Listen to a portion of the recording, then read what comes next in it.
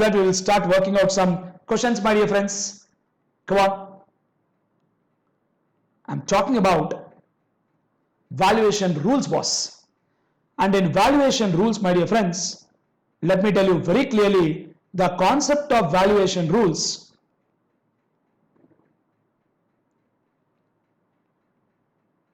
The concept of valuation rules is dealt from Rule 27 to Rule 35. The concept of valuation rules is dealt from where, sir? Dealt from Rule 27 to Rule 35 of CGST rules, which we need to talk in detail. Some rules will take a lot of time to learn, and some rules we will learn straight away, just like that, in a very easy and comfortable manner. Clear, friends? So we'll spend some good time and become perfect. So valuation rules is dealt from where, sir? From Rule 27 to Rule 35. Clear? And in that Rule 32 will take a lot of time, because in Rule 32 there are so many detailed, minute points what we need to learn. Clear? Let's start. So friends, I'm talking about valuation rules. And in this, first thing we are going to learn is, my dear friends, Rule 27, Rule 28,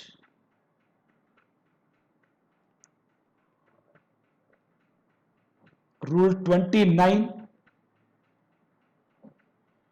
Rule 30, finally last one, Rule 31. Now don't think, sir, why you are teaching 5 rules at a time? Why not we'll go one after other? I can't do that because these 5 rules are interlinked rules. When they are interlinked rules, how can I go like that? These 5 rules are interlinked rules which I should tell them together. I cannot tell them separately. That is why I am interlinking them. Now what is that concept? Listen carefully, friends. Come on. Rule 27 talks about value of supply, where consideration is not wholly in money. I repeat one more time, friends. Rule 27 talks about what will be the value of supply when consideration is what, my dear friends? Not wholly in money. That means consideration is coming in kind also, because we know very clearly that as per section 231, consideration can be in monetary form or non-monetary form. So we are talking about a case where consideration is not wholly in money. It could be a case where non-monetary consideration is coming. Correct, right? So for consideration not wholly in money, what they told is that straight away, friends, first preference, open market value. I repeat one more time, friends. First preference is straight away open market value. That means we will take the value of supply as open market value. Whatever is the market value of the product, that will be considered. See, for example, let's say I am a cell phone dealer. I am what, my dear friends? Cell phone dealer. I am selling an iPhone. I am selling an iPhone.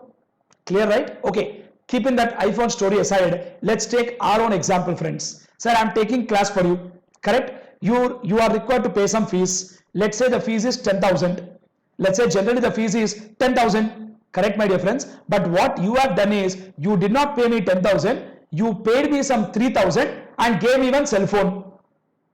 I just repeat the examples here. Generally, you are required to pay a fees of 10,000, but you did not pay the fees of 10,000, but you paid me only 3,000 and gave a cell phone.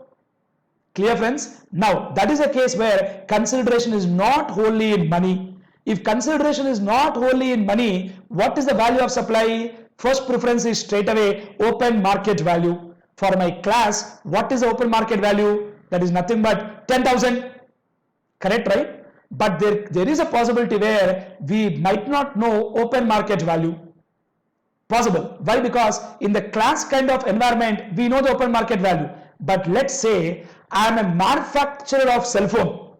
I am what, sir? Manufacturer of cell phone. I repeat one more time. Shivateja is a manufacturer of cell phone, and I supplied one cell phone to you, for which you paid me 30,000 rupees, and you also gave an old phone of yours.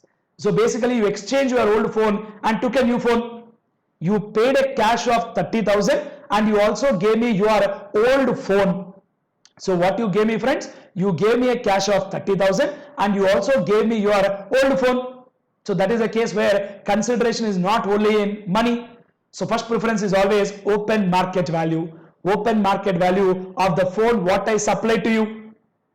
But there is a possibility where we don't know the open market value because our product is the first product which has been manufactured. So far it has not been brought into the market. So we don't know open market value. Possible. See, I'm not telling that we always don't know open market value. Generally we know. But if we don't know open market value, how to find out value of supply, that also not told. So if open market value is not ascertainable, then value of supply will be consideration in money. How much you paid in money, sir? You gave me 30,000 cash, correct or not? Plus market value of consideration in kind. Consideration in money plus market value of consideration in kind. That means what? Sir, for the phone what I gave to you, what you gave me? You gave me 30,000 plus you gave me one old phone. That old phone value could be, let's say, some 25,000 rupees. So what is the consideration in money? 30,000 rupees. And what is the market value of consideration in kind? 25,000 rupees. 30 plus 25, 55,000 will become value of supply. I repeat one more time, friends. As per rule 27, when consideration is not only in money, first preference is always open market value. And if open market value is not ascertainable, we will take consideration in money plus market value of consideration in kind. And that also if we don't know, that also we don't know, or that also we are not able to find out. When that is not possible, you gave me how much? 30,000 plus you gave an old phone, right? There is a possibility that that old phone value we are unable to ascertain. Then this point also will fail. Sir, this is a step-by-step process, friends. First preference is always given to open market value. And if open market value is not ascertainable, then only we will come to second point. Sir, it is not first point or second point. First preference for valuation. First preference for valuation is always open market value. But if open market value is not ascertainable, then only we will take consideration in money plus market value of consideration in kind. If that also we don't know, then what we'll do, my dear friends? Price of goods or services of like kind and quality. Of like kind and quality. That means what? Shivateja manufactured a phone and supplied to you, right? So we will see in the market who is selling similar kind of phone, and for that similar kind of phone, what is the price they are charging. So we are basically trying to look at price of goods or services of like kind and quality. Sir, don't compare in whatever way you want, because in order to compare, they must definitely be comparable. See, for example, a life of a CS student cannot be compared with a BTech student or any other BCom student. It's not possible because our life is so different. Lot of times we go to morning class, evening class, and daytime we have office, and many a times we'll have full day work, and we already purchased some video lectures. We want to see that lectures and we don't have time to do that. We have to do articleship. People will ask us, what is your salary? And then we will tell them it is not salary, it is only stipend. And if they ask how much, we will not tell also. So a lot of problems we see in life, correct, right? So we experience a different kind of life there, correct? Ultimately, once we succeed, we get that two letters, the two beautiful letters called CA, Chartered Accountant, correct, right? So in order to compare, they must definitely be comparable. Which are non-comparable, don't compare at all. It is very important that we can compare only those which are comparable. Correct, right? See, for example, friends, if you are looking at a Tupperware water bottle, you can't compare with a local water bottle because the reputation, the brand, the quality of that bottle is different. And if you start comparing an iPhone with a local phone, that's not correct, because the iPhone reputation is different, the brand is different, the quality is different, features are different. You can't compare like that. Correct, my dear friends? In order to compare, they must definitely be comparable. Correct, right? Because whenever we pay some higher price, that higher price is paid because of the brand, reputation, quality, everything, whatever it gives. Clear, friends? Come on. So if consideration is not only in money, first preference is always open market value. And if we don't know open market value, we will take consideration in money plus market value of consideration in kind. If that also fails, we will take the price of goods or services of like, kind and quality. Sir, these are step-by-step process. It is not first or second or third. They are to be applied sequentially. That means rule 27 says if consideration is not wholly in money, value of supply preferably is always open market value. And if you don't know open market value, then only we will get into next step. That is consideration in money plus market value of consideration in kind. If that also fail, then we look at the third one. What is the third one? Price of goods or services of like, kind and quality. Price of goods or services of like, kind and quality. And by any chance, even if that fails, my dear friends, possible. Now you might ask, why will that fail, sir? That will fail because in the market, there is no goods services of like, kind and quality. Our product is a unique product which is never there in the market, first of its kind. Correct, right? Possible. A unique product in the market, so there is no like, kind and quality at all. There is no goods or there is no service of like, kind and quality.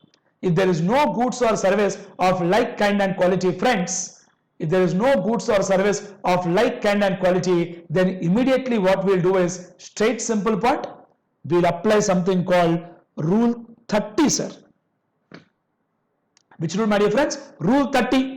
Now question is, what does rule 30 say? Rule 30 says, calculate something called 110% of cost. Calculate something called what, my dear friends? 110% of cost. So rule 30 clearly says value of supply will be 110% of cost. That means Shivateja manufactured a cell phone, right? To manufacture that cell phone, what is the cost incurred? That cost into 110%. That becomes the value of supply. Very, very interesting point, friends. No doubt about it. So I repeat one more time, friends. Rule 27 talks about case where consideration is not wholly in money. And law clearly told in cases where consideration is not wholly in money, first preference is always open market value. And if open market value is not ascertainable, then we will consider consideration in money plus market value of consideration in kind. Consideration in money plus market value of consideration in kind. And next point is price of goods or services of like, kind and quality. Next one is rule 30, and rule 30 says 110% of cost. And if that also fails, why that also can fail? That is because we are unable to ascertain the cost. Possible. We are unable to ascertain exactly what is the cost. We are not able to ascertain costing data, especially that will happen in case of services. I'll tell you why, sir. Because, for example, friends, Shivateja is not just a tutor for classes. I am also a practice and chartered accountant. I have my own set of practice where I am providing service to various varieties of clients, especially into GST and income tax, because that is my major scope of work, is what I do practically. Now, point very clearly is that whenever I am giving service to a client, let's say from a client I will charge 1 lakh. For that 1 lakh, if you ask me, Shivateja sir, what is your cost? There is no monetary cost involved, but there is too much and huge amount of non-monetary cost what is involved in supplying that service. Because in services, we do not have much of monetary cost, but we will have tremendous non-monetary cost, my dear friends. Clear? Come on. So what does rule 27 talks about? Rule 27 talks about a case where consideration is not wholly in money. In that case, what is the first point? Open market value. And if you are not able to ascertain open market value, consideration in money plus market value of consideration in kind. If that also fails, price of goods or services of like, kind and quality. And that also fails because that will fail because there is no goods services of like, kind and quality. Ours is a unique product or unique service, first of its kind. Then we'll apply something called rule 30, which says something called 110% of cost. If that also fails, then the last point is straight away The last option is straight away Rule 31. And Rule 31 is something like residual method, which clearly says follow something called best judgment. That is the only last option.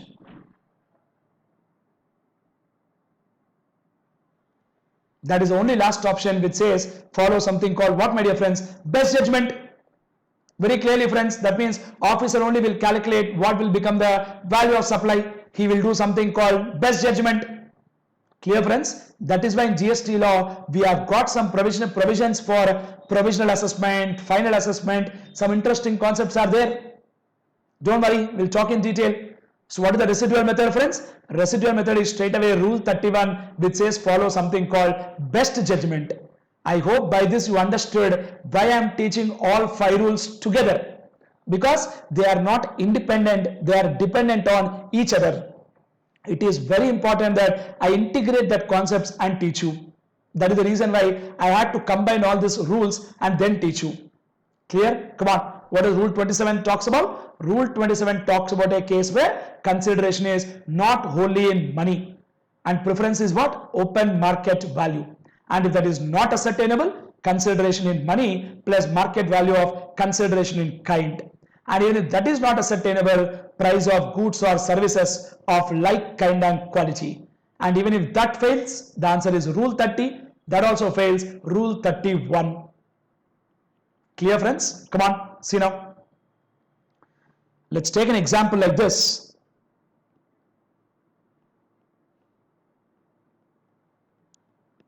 So let's say Shivateja supplied some audit service. Shivateja supplied some audit service to a client, and let's say the audit is forensic audit. Some fraud happened in the company and they wanted me to detect that fraud. So I've done what, my dear friends? Forensic audit. Now interesting point is, my dear friends, client paid. What client gave is, client gave 5 lakh rupees in monetary form plus 1 car. What car he gave is, let's say he gave one Brezza car.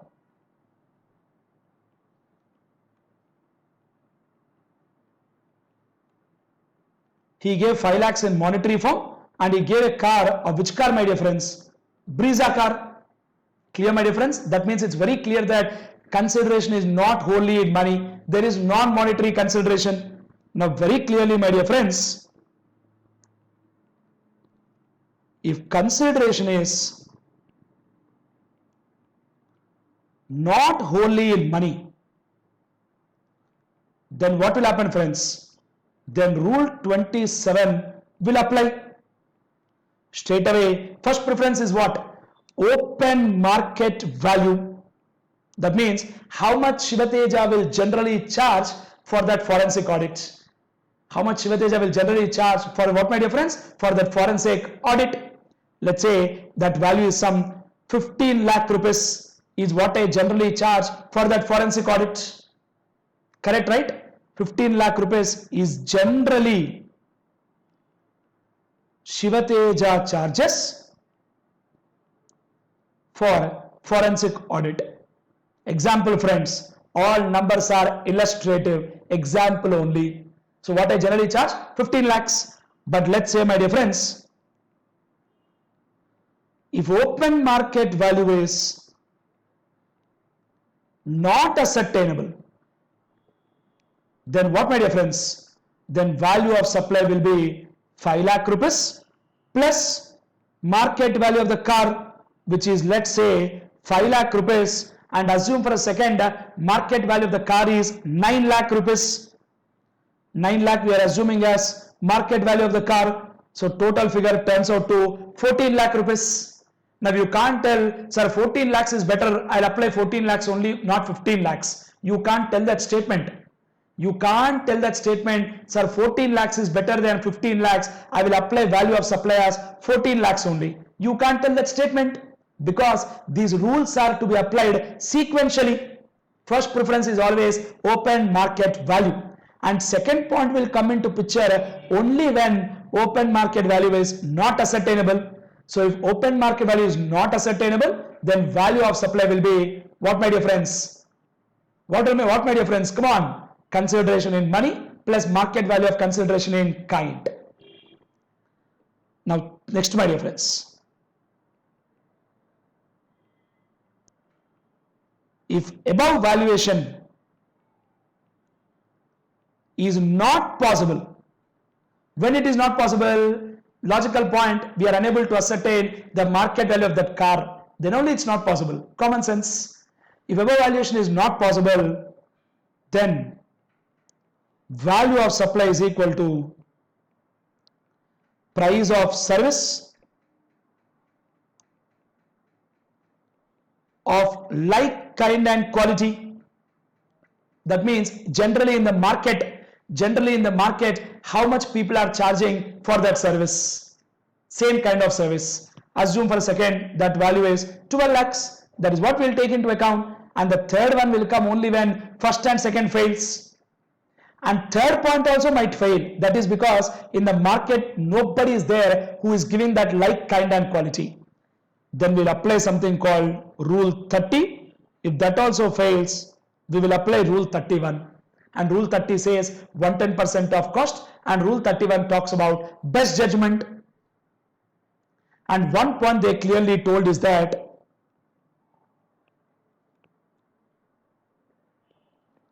in case of services, supplier may disregard Rule 30 and apply Rule 31.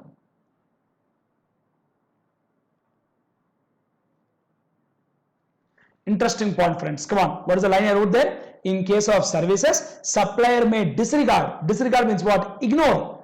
So in case of services, supplier may disregard or ignore what, my dear friends? Rule 30 and directly apply Rule 31. Very interesting point, friends. Clear, right? So because why they gave this benefit? They gave this point in the law because in case of services, practically it is difficult to find out 110% of cost. That is why they put this concept telling that in case of services, supplier may disregard. Disregard means what? Ignore. In case of services, supplier may disregard Rule 30 and directly apply Rule 31. Clear, right? Come on, please speak out. Come on, friends. I'll wait for some time. I want you to write first. Because after I finish Rule 28 and Rule 29, then I ask you to write. That becomes too hectic. So first write this. Then I'll make you write that Rule 28 and 29.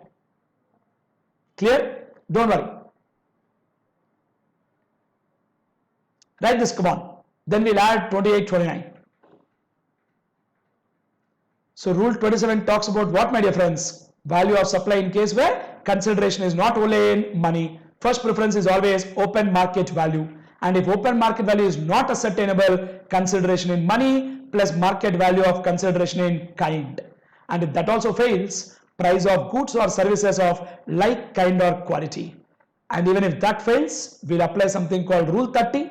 And even if that also fails, we'll apply something called Rule 31. And Rule 30 says 110% of cost, and Rule 31 says best judgment. And an important catch point, what I wrote on the top is that in case of services, in case of what? Services, supplier may disregard Rule 30. In case of services, supplier may disregard Rule 30 and apply Rule 31. Such a brilliant point. So for services, he can disregard Rule 30 and apply Rule 31. Very, very important point.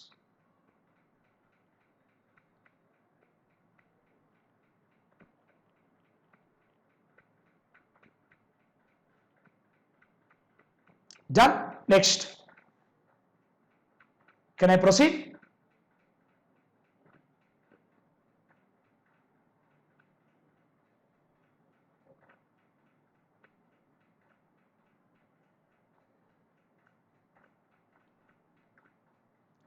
And I strongly believe we have understood why I am teaching all the 5 rules together. because they are very much interrelated rules, and it is important that you integrate them and learn. Independently you learn, nothing will go into your brains. Clear, right? Done now. Rule 28 talks about valuation in case of supplies between distinct or related persons other than principal to agent. Come on friends, supplies between what's a distinct or related persons other than principal to agent. Why they told other than principal to agent? Because rule 29 talks about principal to agent. Sir, if you remember, I taught you something in the story of section 7, that is the concept of supply. In supply topic, section 7.1c, we discussed, my dear friends, section 7.1c, read with schedule 1, we learnt about some very important concept, that is transactions regarded as supply, even though there is no consideration. Correct or not, friends? Come on. What is section 7.1c, friends? 7.1c, read with schedule 1, talks about transactions regarded as supply, even though there is no consideration, in which we had a point where I clearly told you that supplies between distinct or related persons in the course or furtherance of business. Then we also learnt about something called supply of goods from principal to agent. That was also regarded as supply, even though there is no consideration. And that time I told you very clearly that, my dear friends, even though there is no consideration, still you are required to pay GST. On what value you are required to pay GST? That time I told you that I will teach you in the chapter called value of supply. And now that we are in value of supply, I will teach you how do we determine value of supply. Very simple, sir. Once you are perfect in 27, 28 is nothing. 28 says, first preference is always open market value. What is first preference? Open market value. And if that fails, we will look at something called price of goods or services of like kind and quality. And if that also fails, rule 30, that also fails, rule 31. That is why, my dear friends, I bluntly told you very clearly that rules 27, 28, 29, 30, 31 have to be integrated and then learnt, because these concepts are very much interlinked concept, my dear friends. Makes sense, right? If you observe very clearly, the only difference, what you will find between 27 and 28 is that 27, second point was consideration in money plus market value of consideration in kind. That I did not tell in 28 because their consideration is not there only. When consideration is not there only, how can we use the word consideration in money plus market value of consideration in kind? Because consideration is not there at all. So when consideration is not there at all, how can we use the language called consideration in money plus market value of consideration in kind? We cannot use that language. Clear, right? Come on, friends. Rule 28 talks about what, sir? Supplies between distinct or related person other than principal and agent. In that, what is the answer? First preference? First preference is always open market value. And by any chance, if you are unable to ascertain open market value, then the value of supply will be price of goods or services of like kind and quality. And if that is also not possible, we will apply something called rule 30, which says 110% of cost. If that also fails, last option, residual method, rule 31, which says best judgment. Clear, right? And of course, my dear friends, in rule 28, we have got two more special points to talk. That also we'll talk. Don't worry. Don't worry. We'll discuss that special points. Clear? Done. Then, my dear friends, looking at other side of the story, that is rule 29, my dear friends.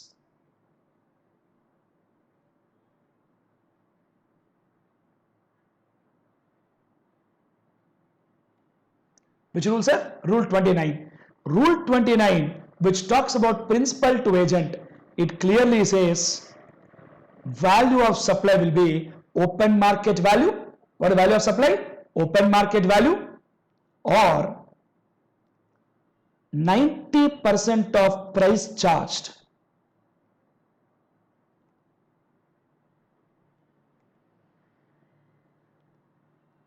%90 of price charged for supply of goods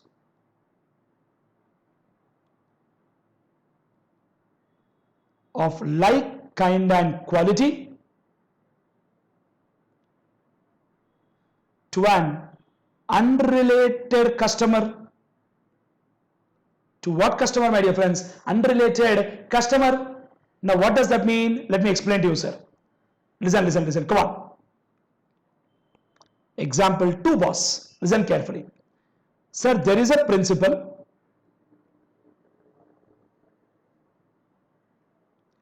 and there is an agent. Principal has sent, so let's say, principal has sent some almonds. Almonds, sir, almonds, the badam, exactly, almonds. Now, first point is that almonds, and this almonds, my dear friends, principal has sent some almonds to agent, and this almonds, open market value of this almonds is, let's say, 5 lakh rupees, huge quantity of almonds, 5 lakh rupees. Clear, my dear friends? Now, what's happening here is that agent supplies like almonds to an unrelated customer. Agent supplies like almonds to an unrelated customer. Agent supplies like almonds to an unrelated customer at a value of, I repeat one more time, at a value of, let's say, like almonds to unrelated customer at a value of, let's say, 5.5 lakhs is what value agent will supply to customer. Now what will I do, my dear friends? Value of supply for supply between principal to agent. I repeat one more time. Value of supply for what, sir? Value of supply for supply between principal to agent is equal to 5 lakh rupees or 90% of price charged for supply of goods of like kind and quality when supplied to an unrelated customer. So value of supply for supply between principal to agent is what, sir? 5 lakh rupees or 90% of 5.5 lakhs. Come on. 5,50,000 into 90%, that comes to 4,95,000. Getting clarity, friends? Speak out. Come on. 90% of price charged for supply of goods of like kind and quality to unrelated customer, which comes to what, my dear friends? 5 lakhs or 4.95 lakhs. Therefore, so 5 lakhs or 4.95 lakhs. What will you consider, sir? Law never told whichever is lower. Law never told whichever is higher. Law never told whichever is equal. Law only told you can value the supply either by open market value or. You have to observe that word. The word used is open market value or. Open market value or 90% of price charged for supply of goods of like kind and quality to unrelated customer. They use the word very clearly or, my dear friends. That means it's not necessary that first you should apply open market value only. You can directly apply the concept of 90% also, or you can apply the concept of open market value. So what is the value of supply, my dear friends? For principal to agent, value of supply will be open market value or 90% of price charged for supply of goods of like kind and quality to an unrelated customer. To unrelated customer by the agent. Of course, by agent only we are talking.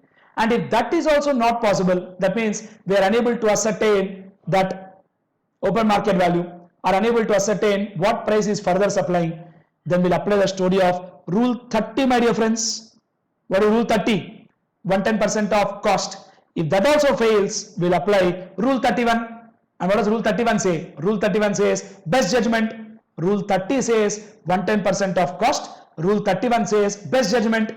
So interesting point you have to observe very clearly is, my dear friends, please observe very clearly whether in rule 27 or in rule 28 or in rule 29, whether in rule 27 or in rule 28 or in rule 29, they are again interlinked with rule 30 and 31. And rule 31 is the last method, that is residual method. Very interesting concept, friends. Wherein rule 27 talks about consideration is not wholly in money. 28 talks about supplies between distinct or related persons other than principal and agent. 29 talks about supplies between principal and agent. 30 says 110% of cost. 31 says residual method, that is nothing but best judgment. Very interesting concept, guys. No doubt about it. Come on, please write this. Please write this concept. Very, very important concept, guys. Without any second thought, this concept is extremely important.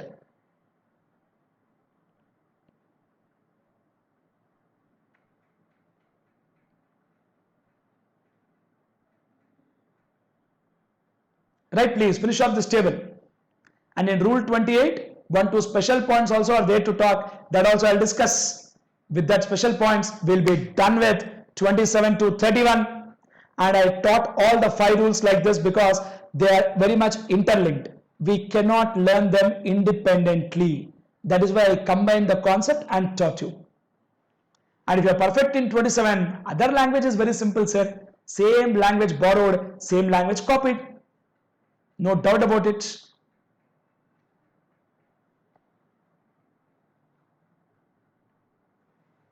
Take it, come on. And in rule 29 only you will have that special word called open market value, or. That word or is never there in 27 and 28. But that word or is there in 29. Open market value or 90% of price charge for supply of goods of like kind and quality by to an unrelated customer by the agent. And if both are not possible, we'll apply something called rule 30. And if that also fails, rule 31. No option. Sir, in exam, lot of times question has come from this particular concept. And take my word, value of supply, sure short question will come. So far, every attempt question is there on value of supply. Sometimes for 4 marks, sometimes for 6 marks, sometimes for 8 marks also. And on one occasion, value of supply came for 10 marks also in the exam. So I cannot exactly tell you how many marks will come, but on an average, generally 5 to 6 marks keep coming from value of supply. Could be 8 or 10 also. So no games. Very important. 10 marks means what? Joke or what? Very interesting. Very scoring. Come on, finish off writing.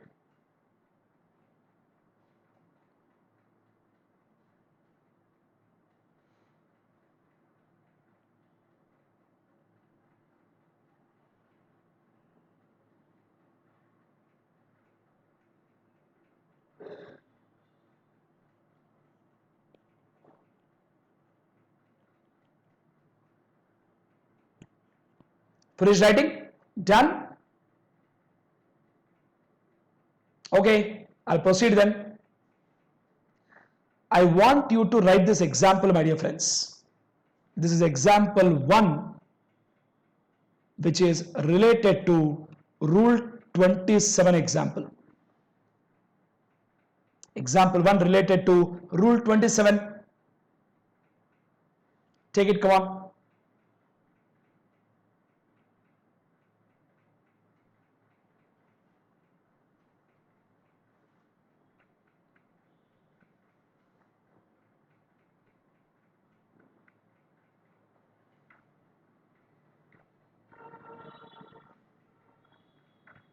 So clearly, my dear friends, this is example 1 related to rule 27.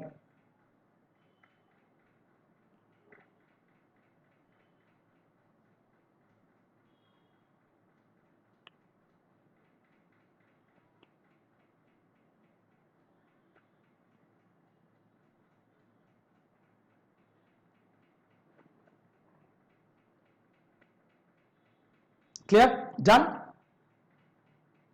Next, take example 2 also. I'll just wait for 2 minutes.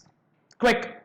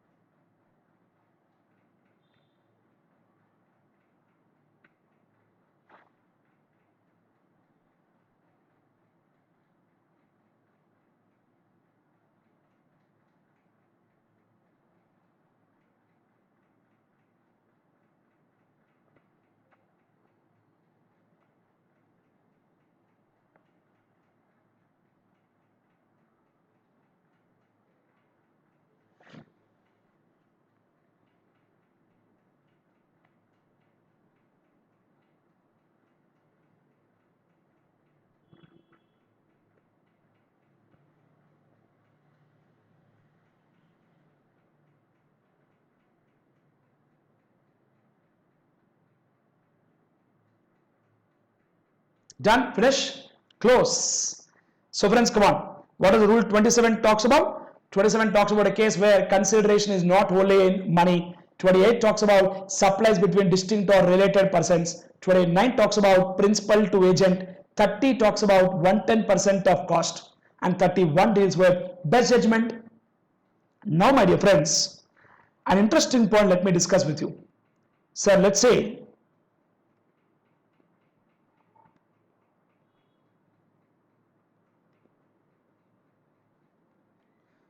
there is a bakery called Karachi Bakery. Okay, this is there in Hyderabad, Telangana state. And this Karachi Bakery, they have also got one branch. Let's say Karachi Bakery in Mumbai, Maharashtra. An interesting point is that both are owned by same person. Now, when both are owned by same person, automatically, my dear friends, we will call them as what? Distinct persons. No doubt about it. When both are owned by same persons, obviously, my dear friends, we will call them as distinct persons. Correct or not, friend, my dear friends? Come on, speak out. When both are owned by same person, then we will definitely call them as distinct persons, because different state, separate registration is mandatory. Now, there is some transfer of biscuits. I repeat one more time.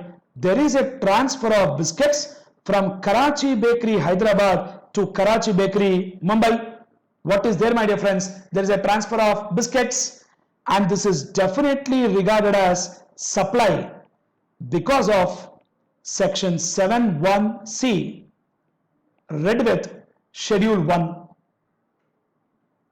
Because 7(1)(c) read with schedule 1 clearly talks about supplies between distinct or related persons in the course or furtherance of business. Correct, right? So this transaction is 101% regarded as supply. Correct, right? So my dear friends, for this particular supply, the valuation is given by rule 28, which clearly says first preference is always open market value. And if that is not possible, my dear friends, what we will do, sir? Price of goods of like kind and quality. Come on, friends. First preference is always open market value. If that is not possible, we'll look at price of goods of like kind and quality. Even if that is not possible, we will look at rule 30. And if that is not possible, last resort, rule 31. Rule 31 is like a last option, residual method, best judgment. Correct, right? Now, there are two interesting special points in rule 28, friends. I repeat one more time. There are two interesting special points what we have got in rule 28. And the first special point says, if goods are intended for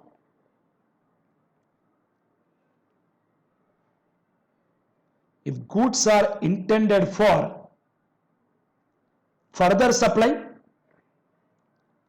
as such to an unrelated customer. If goods are intended for what, sir? If the goods are intended for further supply as such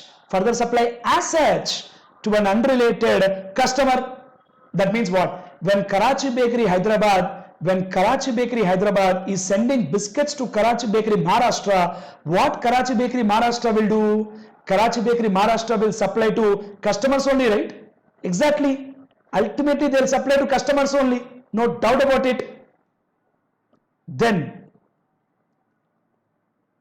supplier may opt the value as 90% of price charged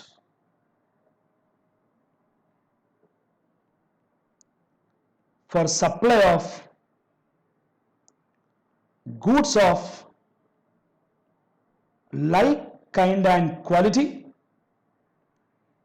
for supply of goods of what, my dear friends? Like, kind and quality to an unrelated customer. Very, very interesting special point. Come on friends, what are the first special points, sir? If the goods are intended for what supply? Further supply. Example friends, from Karachi Bakery, Hyderabad, when biscuits are going to Karachi Bakery, Mumbai. Now what Karachi Bakery, Mumbai will do? They will not do any self-consumption. They will actually supply the biscuits to the customer. Now when Karachi Bakery, Mumbai is supplying to the customer, they will supply at some value, right? Speak out. Karachi Bakery, Mumbai will supply biscuits to the customer at some value. Correct or not? That value into 90%. That value into 90% will become the value of supply for supply between Karachi Bakery, Hyderabad to Karachi Bakery, Mumbai. I repeat one more time, my dear friends. Value of supply for supply between Karachi Bakery, Hyderabad to Karachi Bakery, Mumbai will be 90% of the price charged by Karachi Bakery, Mumbai when supplied to an unrelated customer. Obviously, no friends, when Hyderabad has sent biscuits to Mumbai Bakery will not consume that. They will supply to unrelated customer. Now at what value they supplied? Into 90%. Into 90%, whatever figure comes, that becomes value of supply for supply between Karachi Bakery, Hyderabad and Karachi Bakery, Mumbai. That becomes the value of supply. Clear friends? So in two special point, first special point is very clear that if the goods are intended for further supply as such to an unrelated customer, then supplier may opt the value as, I use the word opt. Why opt? Because it is optional. Opt the value as 90% of price charged for supply of goods of like, kind and quality to an unrelated customer.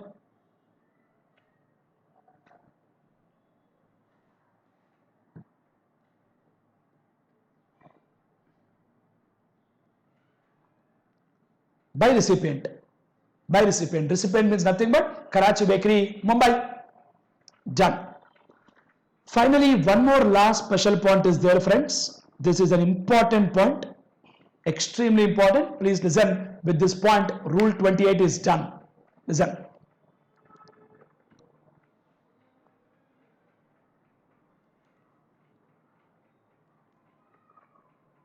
If recipient is eligible for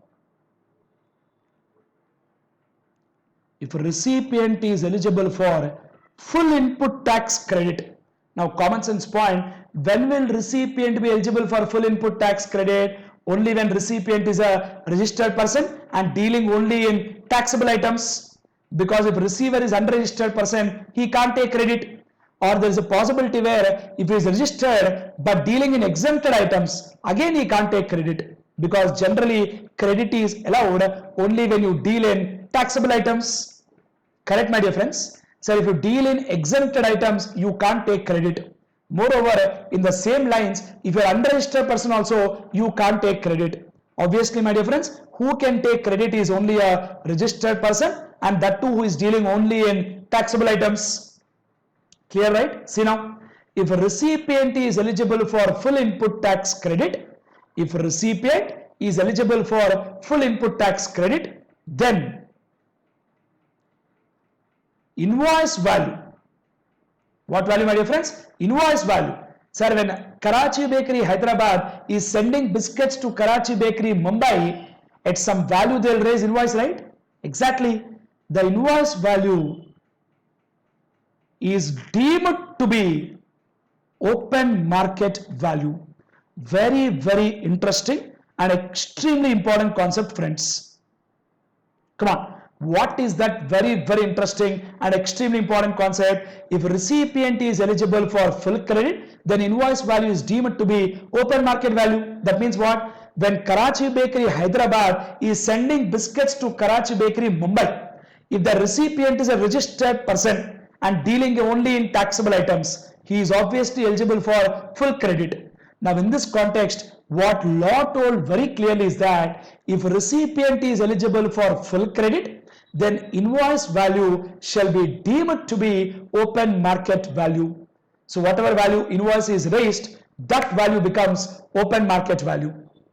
Imagine the invoice can be raised at 1 rupee also. That only is deemed to be open market value. Now you might tell, sir, there's a loophole then. We will raise invoice at lower value. There's a loophole, no sir. You might tell loophole, but law also knows it is a loophole, but still they are keeping quiet. Why? I'll tell the reason very clearly. Sir, the reason is very clear. Karachi Bakery Hyderabad, Karachi Bakery Maharashtra or Mumbai, both are owned by same person. They are actually distinct person, that's all. Distinct persons, why do you have to tax it, boss, first of all? But still law is telling pay tax. Now the point is very clear, sir. So for example, in my bank account, let's say in my bank account, I have got 10 lakh rupees. Let's say in my bank account, I have got 10 lakh rupees. I go to a bank and withdraw 3 lakhs. In my bank account, there are 10 lakh rupees. I have taken one self-check, went to the bank and I have withdrawn 3 lakh rupees. Can I feel happy and tell Shivateja earned 3 lakh rupees and feel happy? No, nonsense. Where did Shivateja earn 3 lakhs? It is just 3 lakhs withdrawn from my own bank account. That is my own money. Whether it is in bank balance or cash balance, what difference it makes? Ultimately, it's my own money. So in the same way, when Karachi Bakery Hyderabad is sending biscuits to Karachi Bakery Mumbai, both are owned by same person. Strictly speaking, there is no need to tax them also. But law told very clearly that whenever there is supply between distinct persons, we will tax you. Now, the fundamental logic of this point is that the idea of the government, I repeat one more time, the idea of the government is not to tax these transactions. The idea of the government is only to track these transactions. I repeat one more time, friends. The idea of the government is not to tax these transactions, but the idea of the government is only to track these transactions. One more time I repeat, sir. The idea of the government is not to tax these transactions, but the idea of the government is only to track these transactions, because government wants to know where there is a movement, what is happening, from where to where goods are going, from where to where service is going. That is why they gave a beautiful benefit in the law.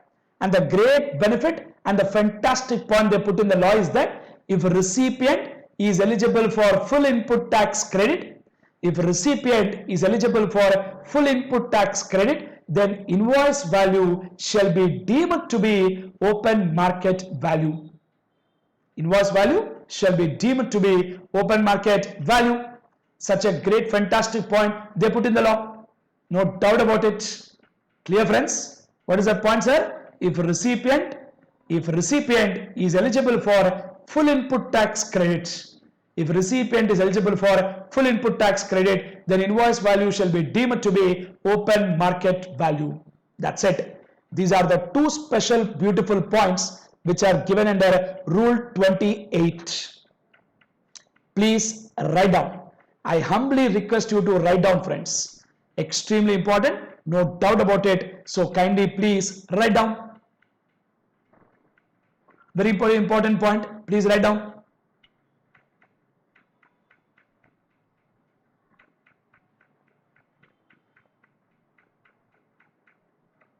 First point is an optional point where they spoke about that 90% story, and second point is a great point which says if a recipient is eligible for full credit, then invoice value is deemed to be open market value. What a brilliant point it is, boss. Extraordinary point, no doubt about it.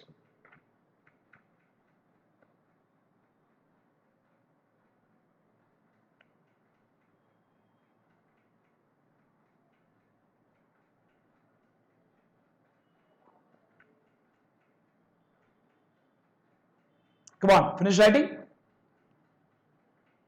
Reply, friends. Done, my dear friends. With this discussion, we are done with the story of a fantastic rule called Rule 28. And in fact, we are done with the story of Rule 27, 28, 29, 30 and 31.